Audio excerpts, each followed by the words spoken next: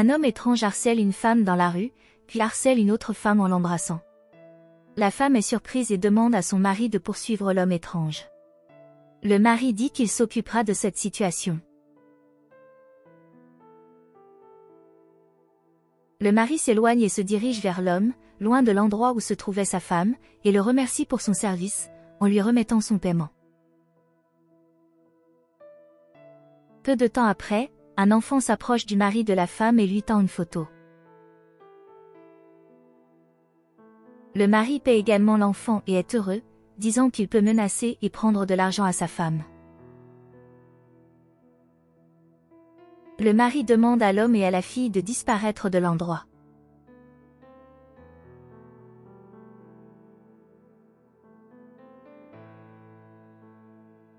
Le lendemain, le mari se rend chez un avocat et lui montre la photo qu'il a prise de sa femme en train d'embrasser un autre homme.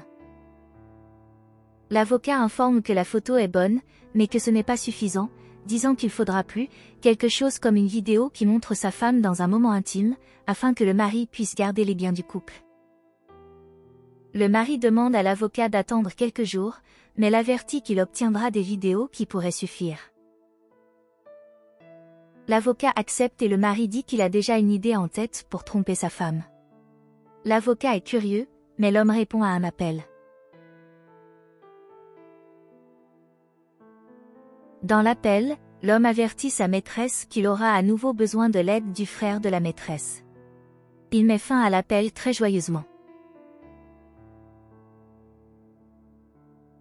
L'homme se rend dans la chambre qu'il partage avec sa femme, avec l'aide d'une fille, récupère tous les objets de valeur de sa femme.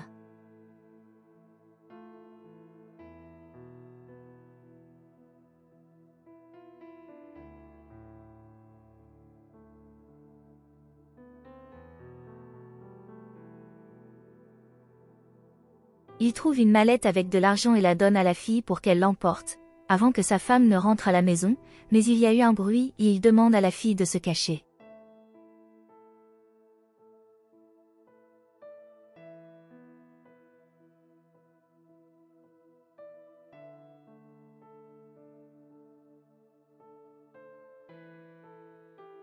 La femme entre dans la pièce et demande ce qui s'est passé, car la pièce a apparemment été renversée.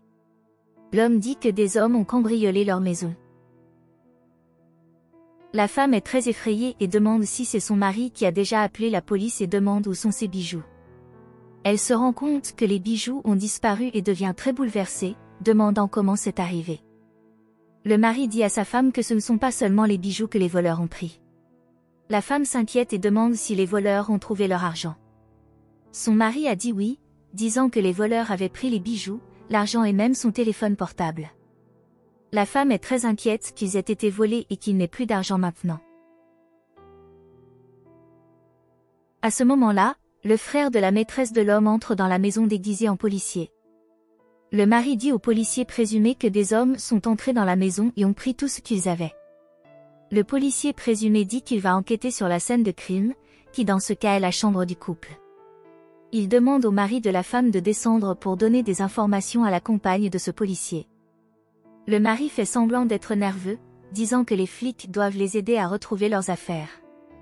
Le policier demande à l'homme de descendre pour donner des informations à sa compagne, car ce n'est qu'à ce moment-là qu'il pourra les aider. La femme est très nerveuse et inquiète, car il s'agissait des bijoux précieux de sa famille, c'était son héritage. Le mari fait semblant avec le téléphone portable de sa femme, disant que tout ira bien et que bientôt tout cela sera résolu.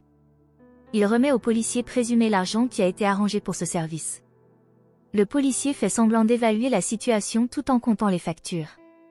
L'homme s'excuse auprès de sa femme et dit qu'il sera de retour dans quelques secondes. En quittant la maison, le mari appelle sa maîtresse pour la remercier de l'aide que son frère leur a apportée. Il dit que dans 2 jours tout au plus la fortune de sa femme sera sur leur compte et qu'ils seront complètement riches. La femme demande au policier de faire le travail correctement et de l'aider. À la fin du policier demande à la femme de rester calme et lui tend une bouteille d'eau, en disant que la femme doit se calmer pour que la situation puisse être résolue. La femme remercie l'eau et commence à la boire. Le policier essaie de faire preuve d'empathie envers elle et feint de s'inquiéter. Cependant, quelques minutes avant que le policier présumé n'entre dans la maison, il avait mis des médicaments dans l'eau. La femme est reconnaissante pour l'eau et commence à se sentir malade. Bientôt, elle doit être allongée dans son lit, parce qu'elle était inconsciente. L'homme demande à l'enfant sous le lit de sortir de là et de faire son travail. L'homme enlève ses vêtements et commence à ranger la femme, tandis que l'enfant positionne le téléphone portable pour les enregistrer. Le mari emmène sa femme chez l'avocat, prétendant avoir la preuve de la trahison de sa femme. L'homme dit qu'il devra prendre une décision très difficile. L'avocat informe la femme qu'en raison de cette trahison, la femme n'a pas respecté le contrat de mariage signé par les deux et qu'il en résultera le transfert de ses biens à son mari. La femme a dit qu'elle signerait ce document, mais qu'elle leur montrerait d'abord la farce qui se passait là-bas. L'homme est surpris par ce qu'il entend, mais la femme continue, elle demande la permission à un avocat et montre un enregistrement qu'elle a fait de son mari prévoyant de la frapper avec sa maîtresse. Dans la séquence, l'homme remercie le frère de sa petite amie pour son aide et la petite amie dit à quel point elle est heureuse que tout se passe comme prévu.